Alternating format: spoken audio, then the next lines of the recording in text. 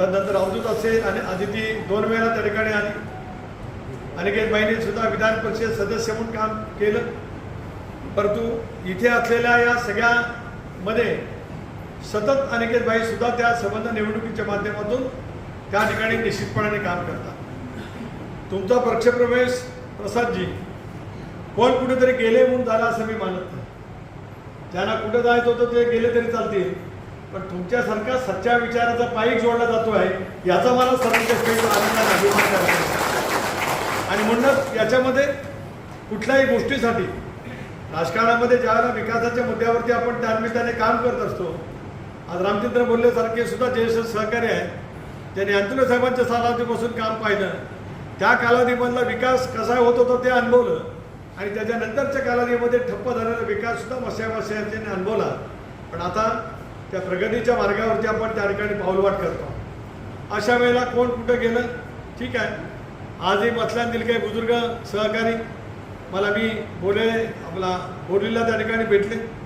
सर्वांनी मिळून आवर्जून त्या ठिकाणी सांगितलं की ताकदीने आम्ही सगळेजण तुमच्या पाठीमागे आहोत. मधल्या कालावधीमध्ये सुद्धा आपण ज्यावेळेला एकत्रितपणाने आलो, उद्याच्या भवितव्याची वाटचाल करण्यासाठी ज्यावेळेला आपण पाऊलवाट त्या ठिकाणी उचलतो आहोत, त्यावेळेला मी प्रसादजी तुमचे स्वप्नील आणि सर्व सहकाऱ्यांचे पक्षामध्ये अंतःकरणापासून या ठिकाणी स्वागत करू इच्छितो. आता समीर बनकरांनी भाषण केलं, मनापासूनच्या त्यांनी भावना व्यक्त केल्या आणि एखाद्या गोष्टीच्या वेदना अंतःकरणामध्ये गेल्या की मग बाकीचं काही गैरसमज असतील ते बाजूला टाकत असतो प्रत्येकजण आणि व्यापक हितासाठी एकत्रितपणाने कसं यावं याचं एक सर्व माझ्या जुन्या सहकाऱ्यांच्या वतीने समीर तुम्ही या ठिकाणी भावना व्यक्त केली.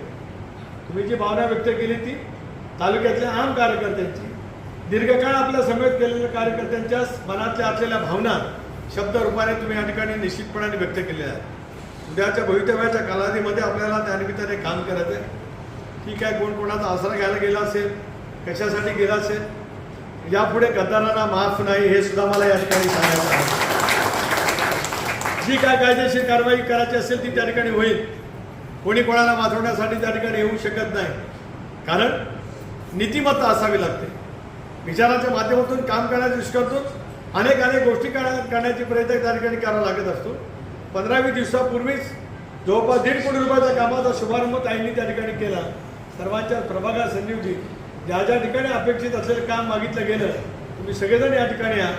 सर्वांनाच माहिती आहे की कशा पद्धतीने त्या ठिकाणी आपण काम करतात. ठीक आहे, कुठल्या ना कुठला तरी एखाद्या स्वार्थी हेतूच्या निमित्ताने कोण बाजूला गेला असेल. बघूया नेमकं काय उद्याच्या भवितव्याच्या कालावधीमध्ये होत आहे.